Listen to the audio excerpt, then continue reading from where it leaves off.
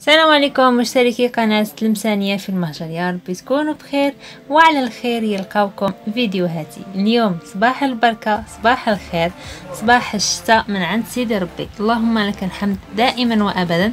ربي ان شاء الله يغسل بها هذا الوباء ويرفدوا علينا ويجمعنا بحبابنا ان شاء الله. قعدوا معايا اليوم روتين شباب بزاف بزاف.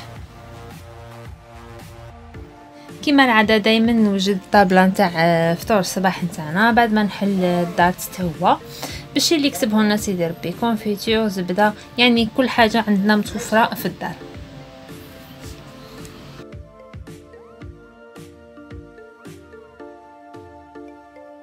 بعدها ندير الفطور اللي هو بلانكيت دو فو.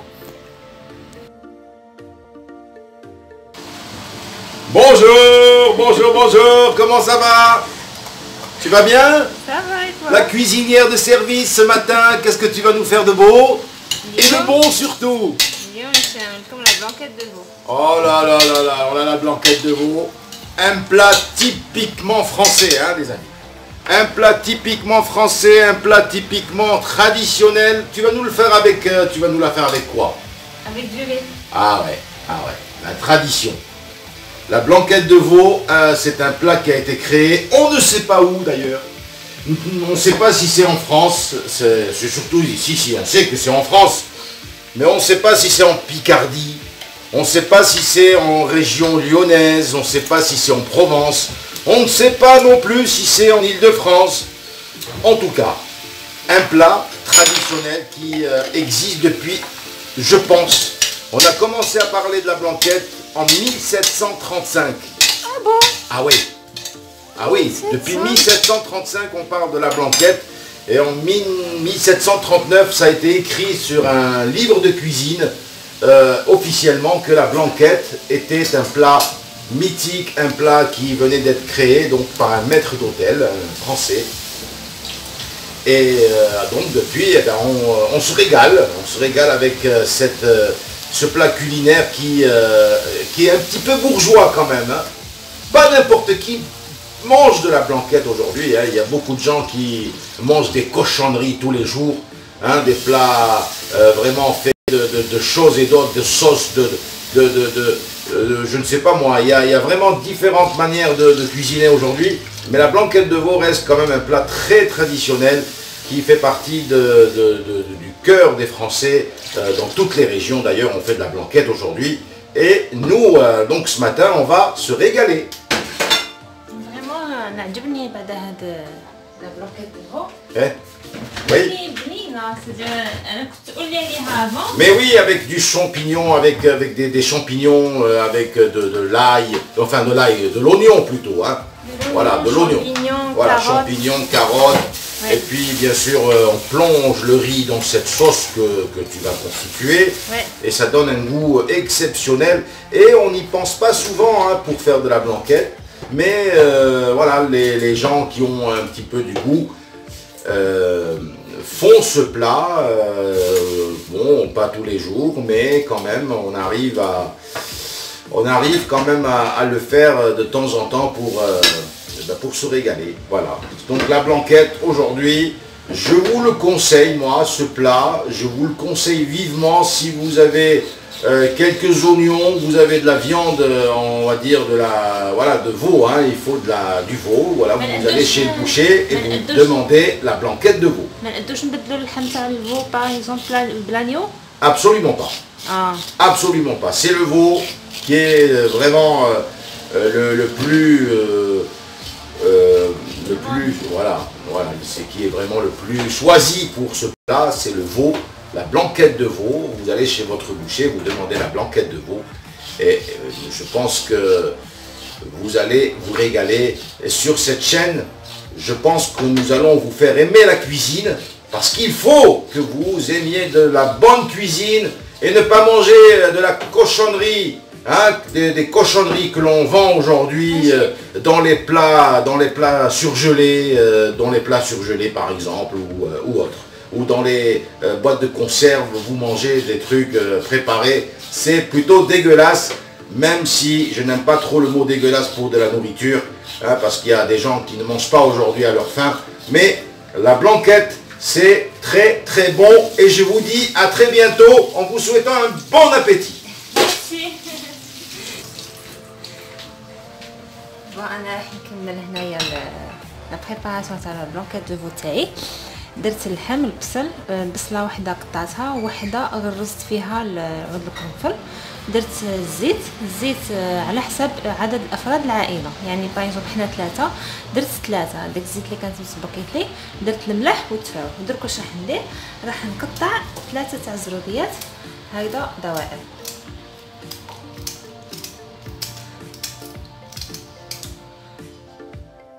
بالنسبه للوصفه نتاع بلانكيت دو فو الا حبيتوها راح نخليها لكم في الايام القليله المقبله ان شاء الله.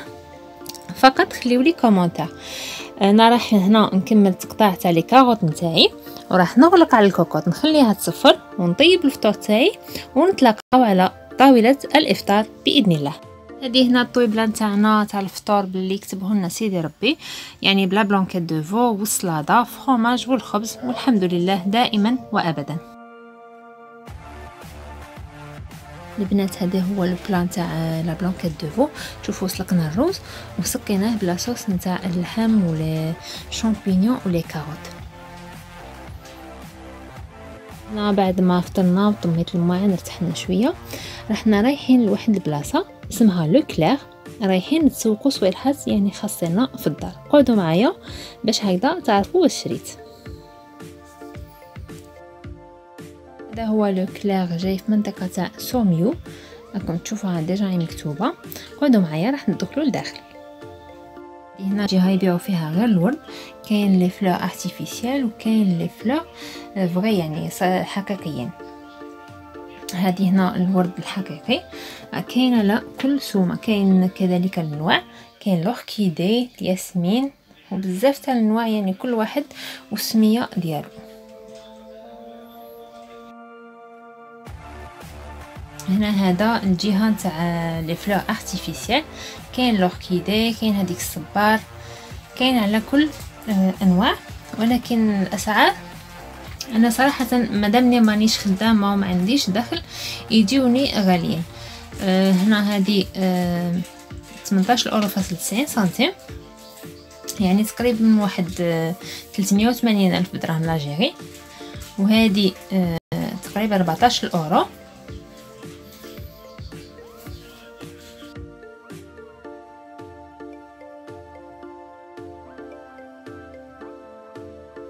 عجبنا انا وما بين ماغ هذا الفاز، هو شباب هني يعني في الحطات تاعو، ولا تقدر ما نديرو كادو.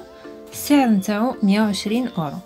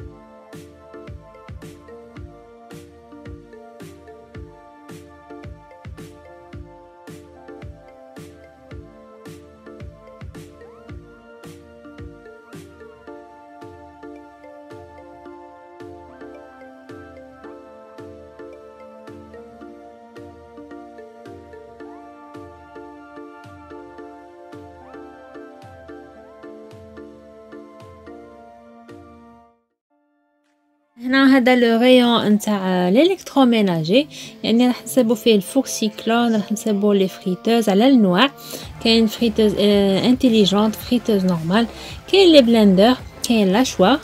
الجهه هنا فيها بريس بانيني، كاين لي كافتيير، يعني كل ما هو يعني الكتروميناجي سيبوه. هنا هذا باتر لا مارك ال سي، السومه تاعو 16,90 €.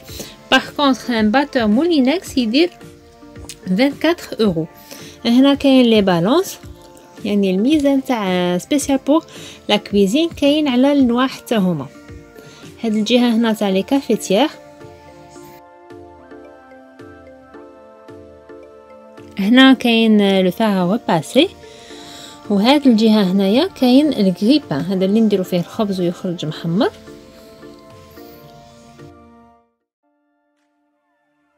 هنا هادو اللي يسخنوا فيهم الماء واللي نعصروا فيهم لي زورونج. هنا كاين لي زاسبيراتور ولكن السومه تاعهم يعني غاليه شويه، 350 اورو. هنا هذا غيون سبيسيال بور لي ديودورون سواء للنساء ولا للرجال. كاين لي زو دو تواليت، او دو بارفان. هنا كاين لي جيل دوش، كاين صابون ليكيد والصابون العادي. هنا هاد الجهه فيها لي تروك بيو، وكاين لي سيروم اي لي كريم بور لو فيزاج. هنا كاين لي شامبوان كما الترا دوفا على حسب انواع الشعر. هنا جيت نوري لكم واحد الحاجه اللي عجبتني بزاف. هنا مثلا وحده مراه عندها الشيب ولا راجل وما يحبش يدير الصبيغه، هنا هادي فقط بعد الدوش كي نكونوا نديروا البروشينغ نرشوها، يسيفي نرشوها على الشعر تاعنا. وكاين على حسب انواع الشعر، كاين شاتان فونسي، شاتان كلير، وكاين دوك نوري لكم ما بو شوفو بلون. السعر نتاعها يتراوح ما بين 8 اورو و 10 اورو فاصل 38.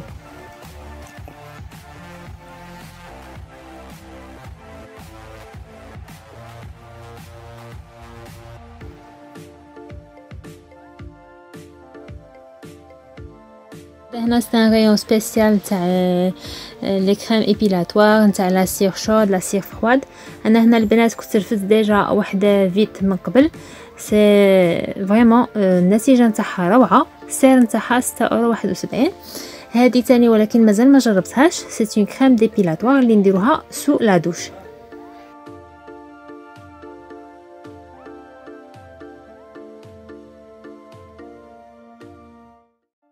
هذا هنا غيون سبيسيال بور لي فام نتاع لا موساغازي ونتاع هادوك لي جيلات. كاين على كل نوع، كاين تاع 2 لام 3 لام. هنا حبيت فقط نعت لكم هذه لا مارك فينوس، شابه وشابه بزاف. انا كنت جربتها ديجا، جابوها لي من كندا، يعني النتيجه نتاعها روعه. وفيها ينباعوا معاها حتى لي ريشارجابل تاعها، يعني حتى هادوك لي تيت نتاعها. هنا دخلنا لو غيون تاع الماكله.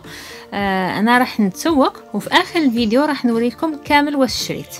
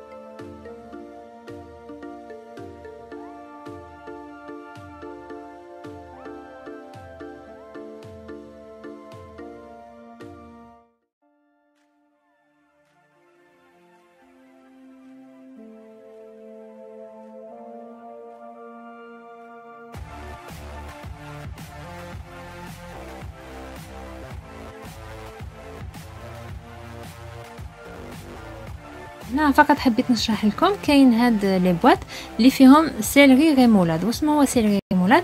الجدره كما نقولوا حنا تاع الكرافز، راس الكرافز الكبير، الجدره نتاعو مرابينها وخادمينها بالفرomاج بلون. هنا كاين بزاف تاع الانواع، كاين الخيار، كاين التبوله، كاين الكسكس، كاين يعني بزاف تاع الانواع. حنا نرفدو هادي ونرفدو لي كاروت غابي، هاد الماركه يعني حتى هي مليحه بزاف. وتاني رفدت هاد البيتغاف روج. السعر تاعها 1.69 €.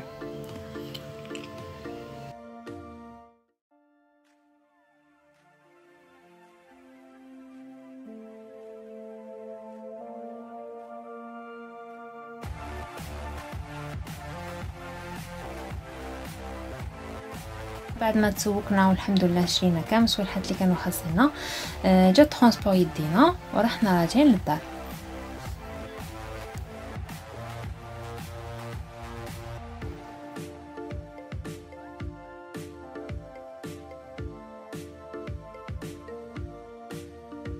هنا كما اللي وعدتكم راح نوري لكم الشيء اللي شريناه من لوكلير. هادو هنايا شرينا موتزاريلا باش نديرو البيتزا ولا انواع تاع لي كيش ولا لي سالي. هذا تاني فروماج دو شيفر، هو صحي وبنين بزاف، ماشي ما فيهش بزاف لي كالوري. هذيك زبده. هنا شرينا البورسان، هذاك فروماج اللي كنت وريته لكم. وهذا ساموس جاي كما الكيري ولا لافاش كيري، لو ميم غو تقريبا. هذه هنا روسيت كريموز. هذا الياغورت بنين وبنين بزاف وماشي كالوريك. هنا تاني شرينا لا ليتيا اللي هو ياغورت ينباع فيه 4 تاع ليغو، كاين فريز، نوا كوكو، سيترون وفاني.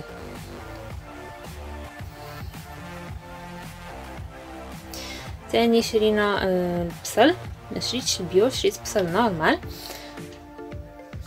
وشرينا الزيت تاع الطياب، هذه زيت عاديه. انا هذه القرعه تحكم لنا تقريبا واحد الشهر هكاك. شرينا زيت تاع الطياب، وهذه سبيسيال تاع القلي. هنا هذه تاع القلي ما فيهاش الريحه، يعني كيف تقلي البطاطا ولا هذاك الشيء اللي تقليه ما تجيش فيه هذيك الريحه تاع الزيت.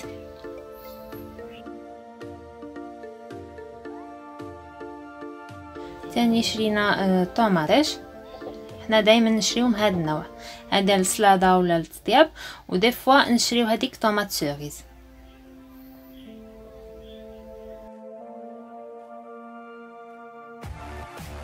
شرينا هادو لي سيلري ريمولاد، هو الجدره تاع الكرافز مربينها وخادمينها بالفرomage بلون. وشرينا حتى هادو بيتخاف روج مخدومه بلا موطاد الانسيان. وفي التالي شريت هاد السلاده رومان، هذه بنينه وبنينه بزاف، لانه لاحظت انه السلاده هذيك تاع الراس وليت كي نغسلها وطول بزاف في الفريجيدار تكحال. هذاك الشيء علاش بغيت نفذ هذا النوع. بالنسبه للعشاء راح ناكلوا البيتزا اللي كانت خدمتها ديجا ما بيننا، واللي هنا راح نقول لكم تبقاو على خير. الى عجبكم الفيديو لايك كومونتير شباب كيفكم، وما تنساوش باش تبارطاجيوه. الى ما راكمش ابوني في لاشين ابونيو. الى الملتقى، سلام.